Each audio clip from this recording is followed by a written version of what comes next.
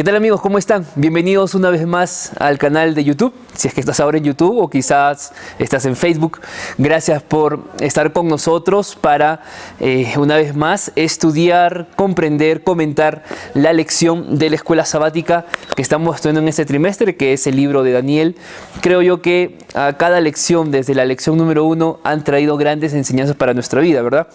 Ahora, recuerden que las profecías bíblicas que estamos estudiando, y esto no es la primera vez que lo digo, pero las profecías no están para informarte, ¿ok? Las profecías están para transformarte. Así que si hasta ahora lo que has estudiado solamente te ha servido de conocimiento, mas no lo has aplicado en tu vida, yo creo que ahí habría que hacer algunos ajustes, ¿ok? Recuerda que todo lo que está en la Biblia es aplicable, incluso las profecías. Bueno, quiero recordarte de que estamos en las redes sociales, estamos en Facebook, estamos en Instagram. Puedes suscribirte al canal de YouTube si es que aún no lo has hecho. Gracias por quienes ya lo hicieron y por quienes semana a semana están enviándome los mensajes para saber cuándo publicamos los videos. Bien, vamos entonces de lleno ya a la lección número 10 de la escuela sabática, y el título para esta semana es De la confesión a la consolación, y aquí empezamos.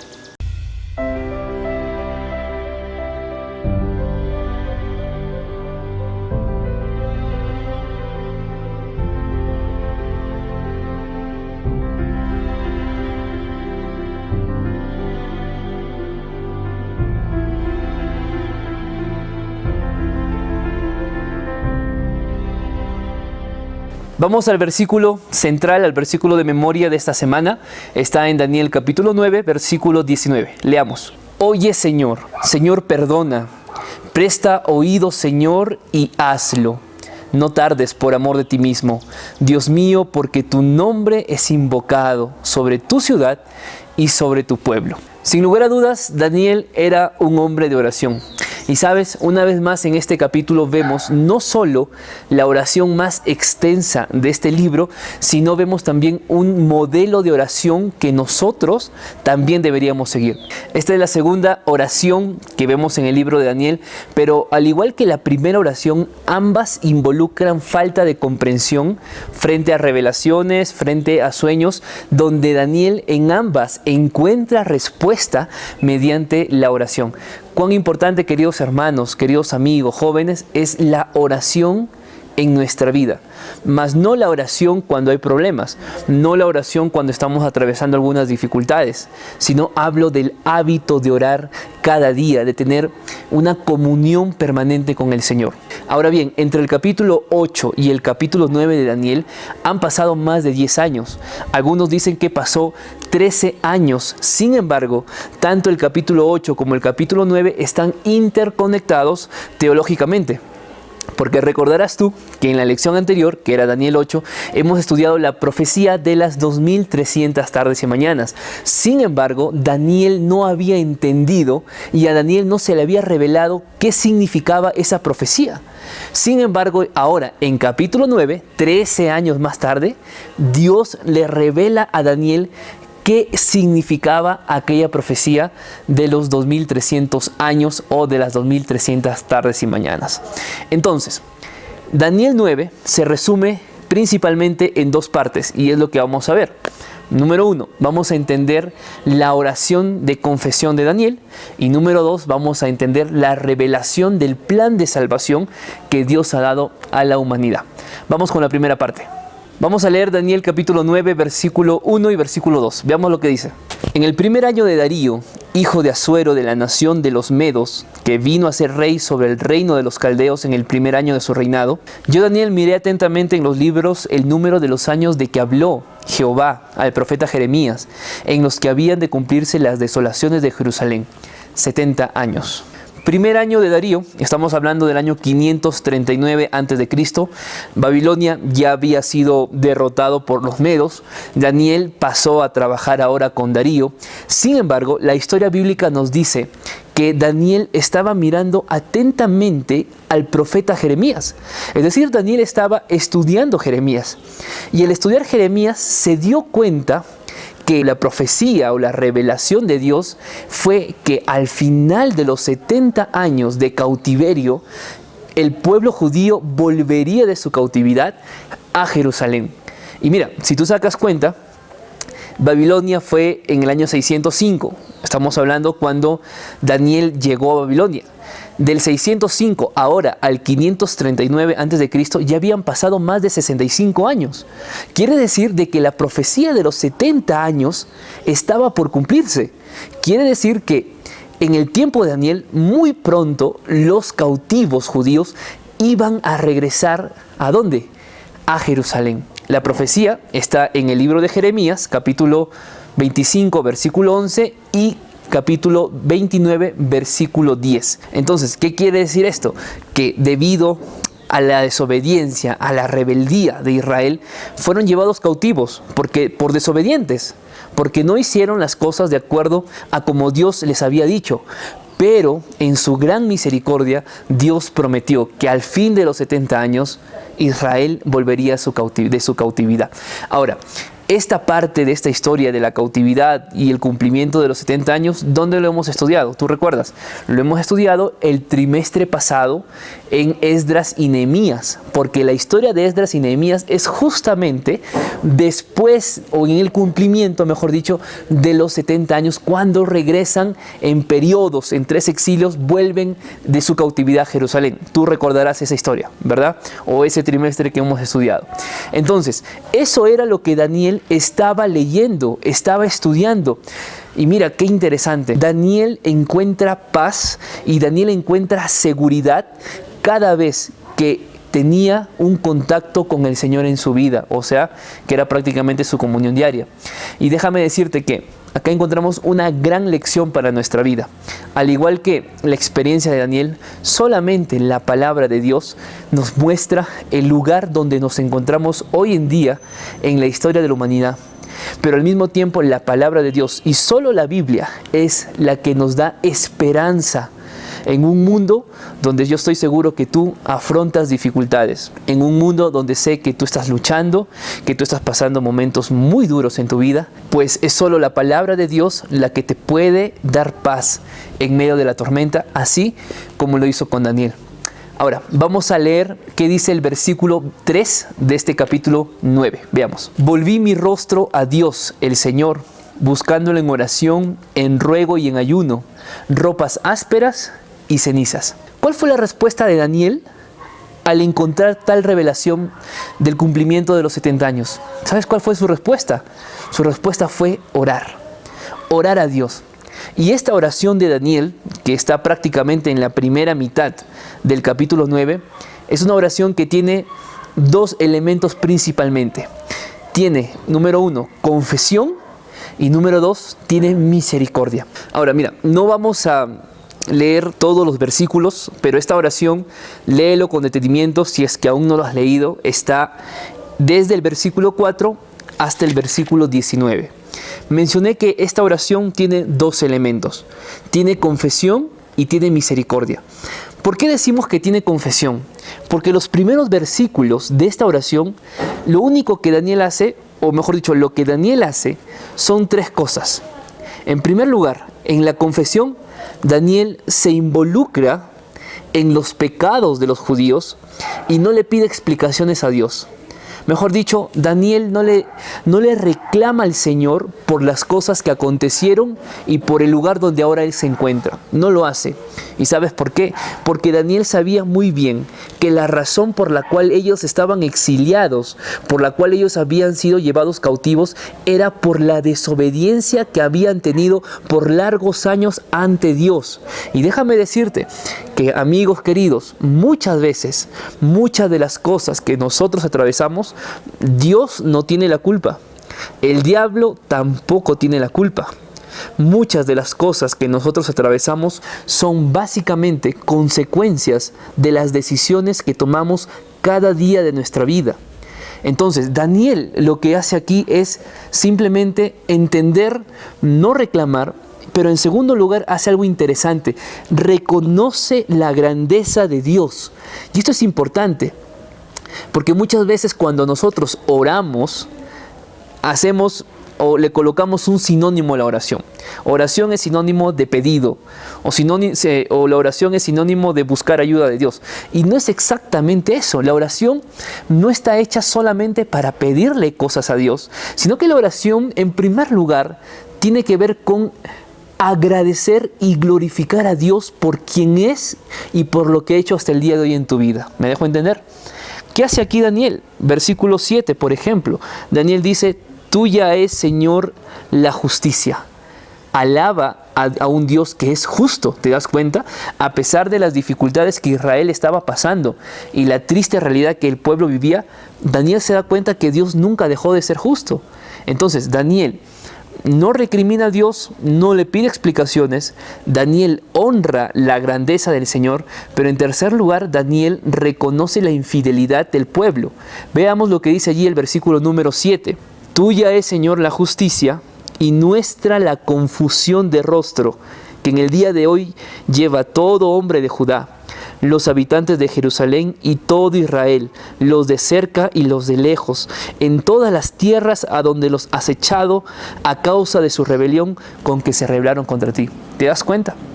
La oración está hecha para ser sinceros con Dios. A veces nosotros queremos acercarnos a Dios para pedirle, cuando ni siquiera reconocemos cuál es nuestra condición.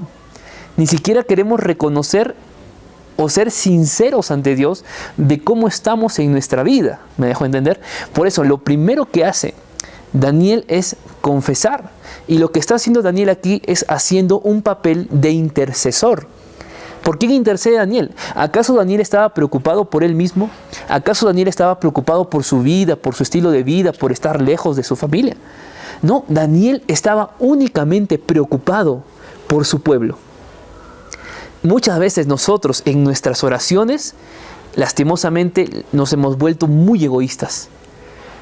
Es decir, solamente la oración está hecha para pedirle cosas que yo necesito.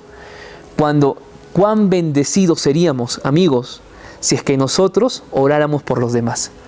Elías oró para que al final de los 3 años cayera lluvia.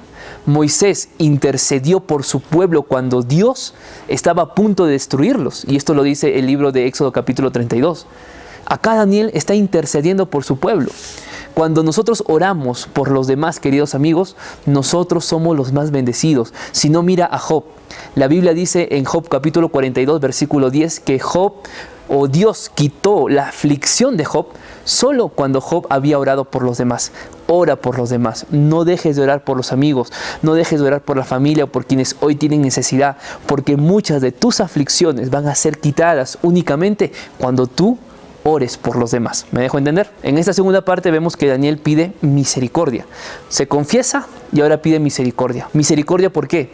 Porque el pecado los apartó de Dios. Y el pecado que tú hoy puedes estar viviendo y conviviendo con el pecado te está apartando de Dios. No creas que vas a tener una buena relación con el Señor si es que tú estás viviendo y jugando con tu pecado. ¿Me dejo entender? Y lo que hace Daniel es buscar al único que puede salvarlo. Vamos a ver allí el versículo 18. Inclina, Dios mío, tu oído y oye. Y lo que hace Daniel es hacer un pedido explícito ante Dios. Veamos qué dice el versículo 17. Ahora pues, nuestro Dios, oye la oración y los ruegos de tu siervo y haz que tu rostro resplandezca sobre tu santuario asolado por amor del Señor. En resumen, esta primera parte, no son nuestros méritos, ¿está bien? No es un derecho que hoy tengas vida, es un regalo de Dios. Nunca fue derecho nuestro, nunca son nuestros méritos. Todo fue, todo es y todo será la gracia del Señor que inunda nuestra vida, ¿ok?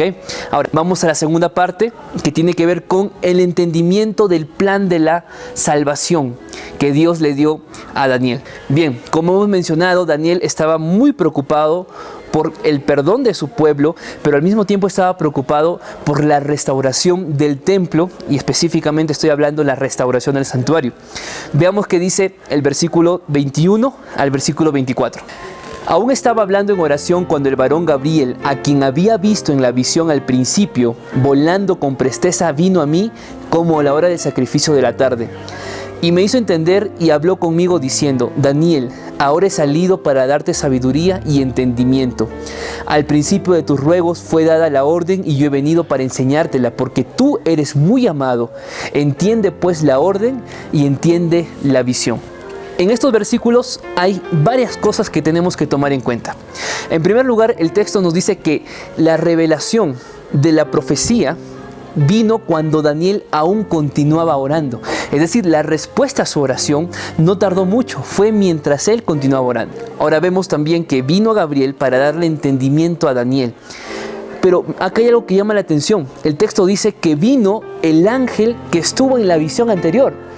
Es decir, que la revelación de esta visión tenía que ver mucho con la visión anterior. ¿Y de qué visión estamos hablando? De la profecía de las 2300 tardes y mañanas que hemos estudiado la semana pasada. ¿Me dejo entender? Ahora bien, finalmente, dice también que Gabriel llega en la hora del sacrificio. ¿Cuál era la hora del sacrificio? La hora justamente entre las 2 y 3 de la tarde. Quiere decir que este mensaje que Gabriel traía tenía mucho que ver con el santuario y con los sacrificios. Ahora, ¿en qué consistía la respuesta que traía Gabriel para Daniel? Vamos a leer Daniel capítulo 9, versículo 24. 70 semanas están determinadas sobre tu pueblo y sobre tu santa ciudad para terminar la prevaricación, para poner fin al pecado y expiar la iniquidad, para traer la justicia perdurable y sellar la visión y la profecía y ungir el santo de los santos. Interesante, 6 acciones tenían que acontecer en un lapso de 70 semanas. ¿Cuáles eran esas acciones? En primer lugar, terminar con la prevaricación, es decir, terminar con la injusticia. Yo pregunto, ¿quién iba a venir a terminar con la injusticia? Jesucristo. Pero no es solamente eso, también nos dice que vendrían a poner fin al pecado. ¿Quién pondría fin al pecado? Jesucristo. ¿Quién expiaría la iniquidad? En tercer lugar, Jesucristo. Mejor dicho, ¿quién era el que nos iba a reconciliar nuevamente con el Padre? Era Jesucristo. También dice el texto que traería justicia perdurable. ¿Quién traería la justicia perdurable? Jesucristo. No solamente eso, más adelante nos dice que sellaría la visión y la profecía. Es decir, ¿quién sería aquel que con su muerte señalaría el fin de las ofrendas y de los sacrificios que Israel continuamente traía? Era Jesucristo. ¿Recuerdas tú que cada sacrificio que los israelitas hacían era símbolo y la esperanza de que un cordero vendría más adelante para perdonar sus pecados? Cuando Jesús vino, Juan el Bautista lo vio y dijo: «He aquí el Cordero de Dios, el que quita el pecado del mundo». Es decir, el verdadero Cordero estaba viniendo y ese Cordero fue el que murió. Por lo tanto, al morir Jesús ya no había más necesidad de seguir sacrificando animales. ¿Me dejo entender? Y por último, dice que ungirían al Santo de los Santos. La palabra o la frase hebrea es Kodesh Kodeshim. Y esto es algo interesante porque Santo de los Santos no está relacionado en estas palabras que les he dicho con personas, sino que está relacionado, ¿sabes con qué? Con un lugar en específico.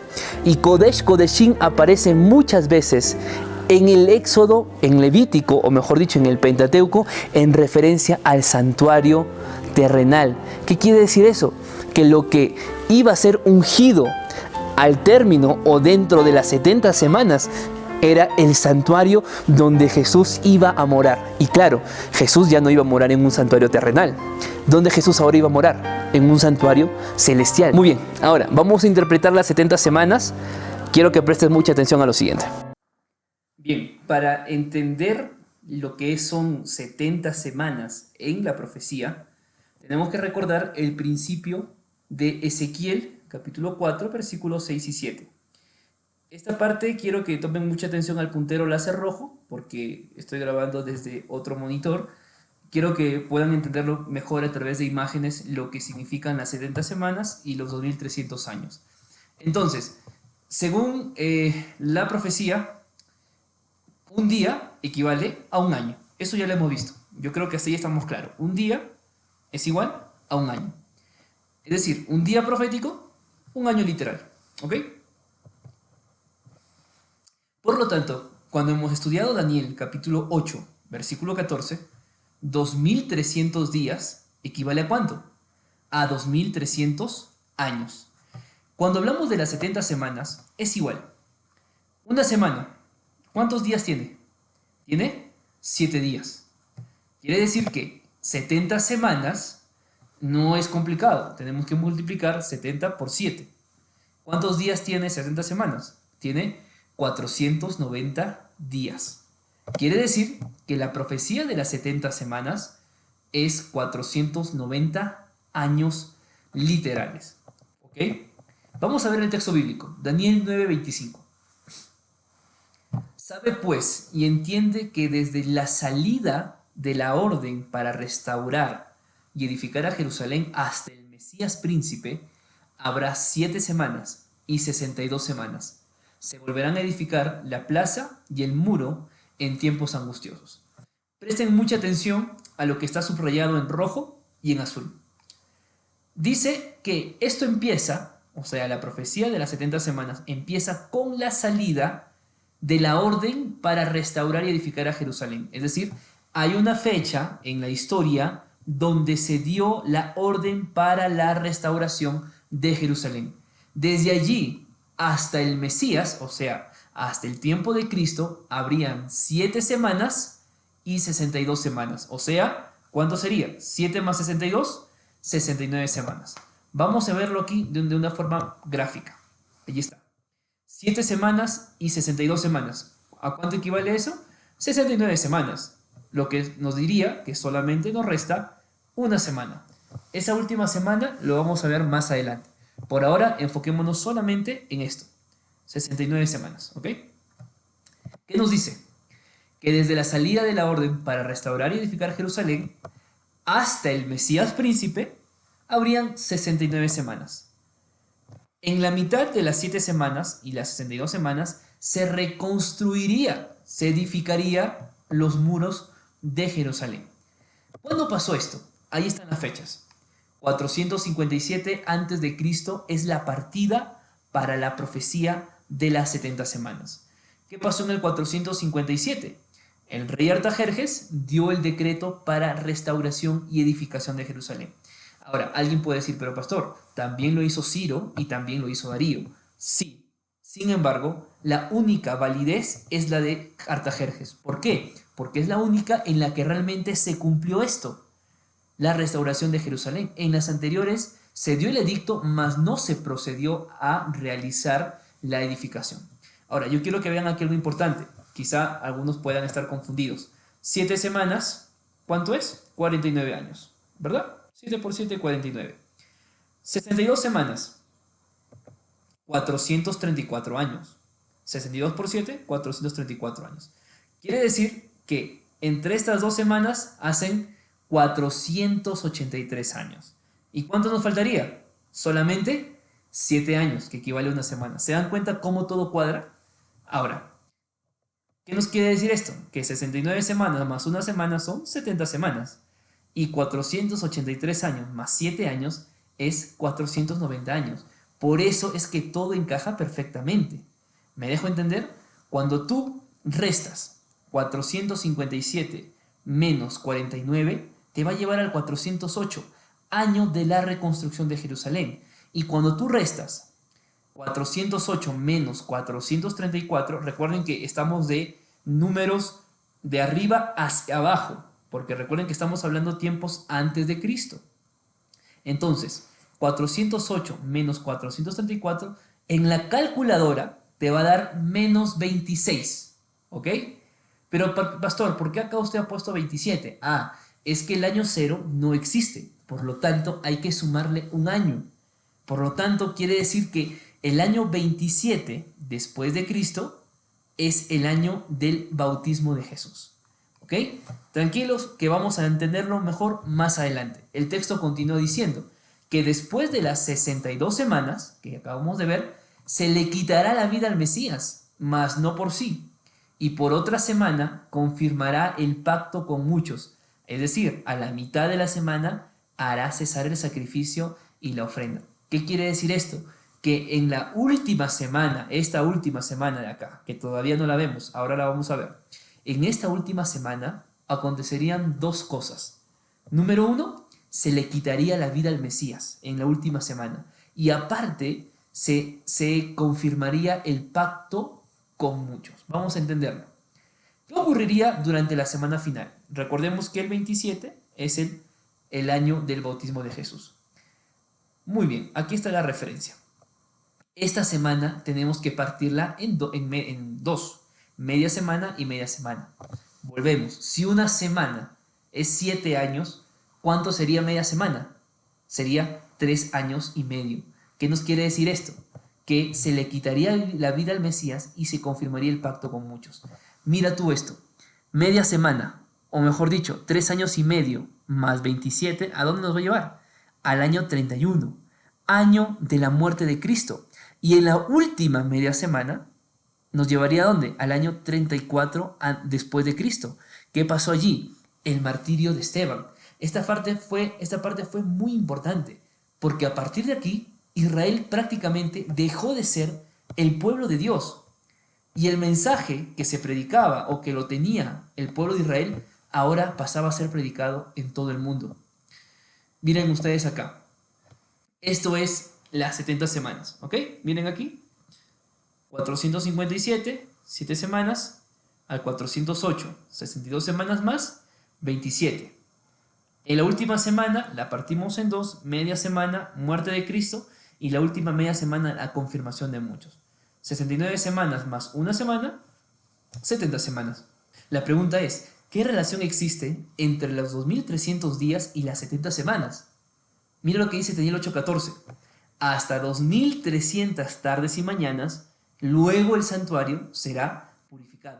Quiere decir que al final de los 2300 años, el santuario sería purificado. Ahora, hemos visto, y les he dicho en el video, de que la profecía de Daniel 9 es parte de la profecía de Daniel 8. Es decir, en otras palabras, recuerden que las 70 semanas, como decía Daniel 9:24, están determinadas, están cortadas. ¿Cortadas de dónde?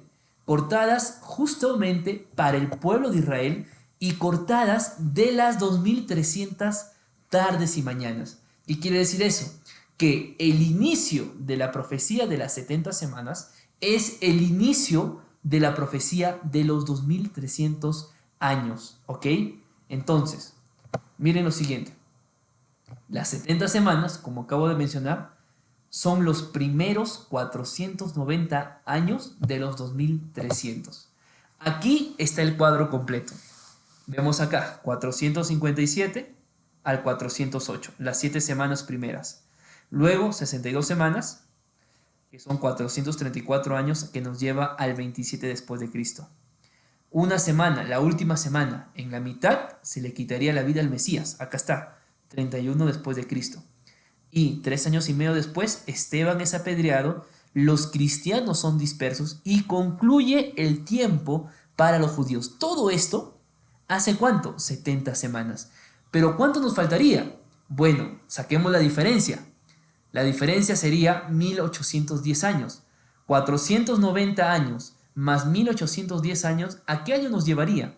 Nos lleva al año 1844. ¿Qué pasó en 1844? Comienza el juicio, ¿dónde?